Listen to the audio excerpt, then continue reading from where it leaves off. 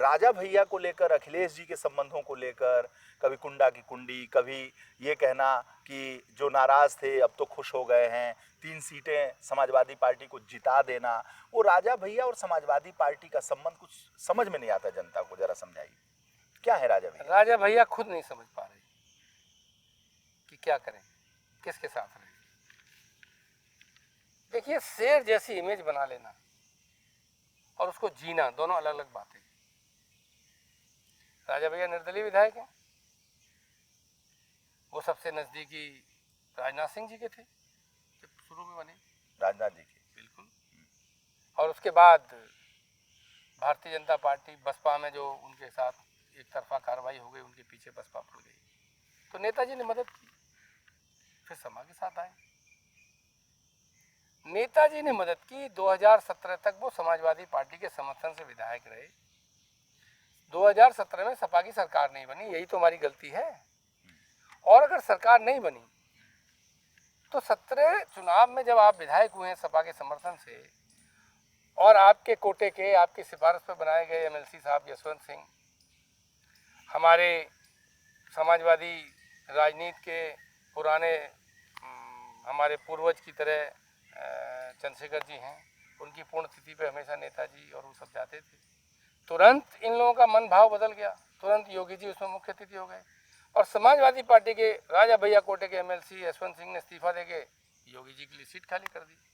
तो उन्होंने चुना भाजपा में जाना, चले जाते, आराम से रहते। फिर भाजपा में उनको महत्व नहीं मिला, महत्व नहीं मिला तो अगला राज्यसभा आया तो उनकी तरफ से ऑफर आया, माननीय राम गोविंद चौधरी जी को संपर्क करके कहा गया कि ये वोट देना चाहते हैं। ललई यादव, राम गोविंद चौधरी जी ने बात की, राष्ट्रीय अध्यक्ष जी ने कहा देना चाहते हैं तो चलिए बात कर लीजिए। कह गए ओनली अखिलेश, ताज में जब डिनर से निकले तो कहा ओनली अखिलेश।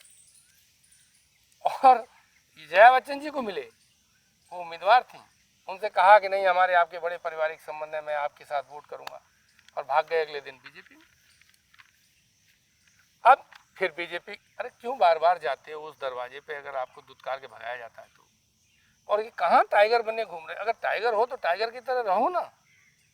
अब लोकसभा चुनाव में मुझे बताया गया वो 19 के चुनाव में कई दिन तक रहे, उन्हें जो है भारतीय जनता पार्टी की ओर से कोई भाव नहीं मिला, केंद्रीय नेतृत्व उनसे मिलने को तैयार नहीं हुआ।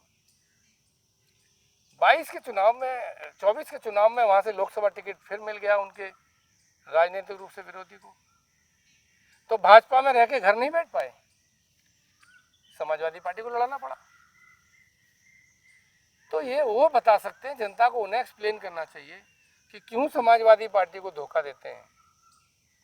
17 में आप विधायक समर्थन से रहे थे, आप विपक्ष में हमारे साथ रहते, क्यों गए, क्यों मिले, क्यों फिर चले गए? हम तो एक दल हैं। कोई कहेगा हम भूल गए रास्ता, क्या आप हमारे बारे में विचार करेंगे? तो पार्टी के नेताओं की और कार्यकर्ताओं की राय होगी तो उससे बात की जा सकती है।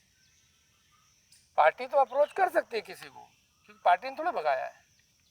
आप गए हो, फिर आ जाते हो, फिर चले जाते हो, तो इसे उन्हें एक्सप्लेन करना है।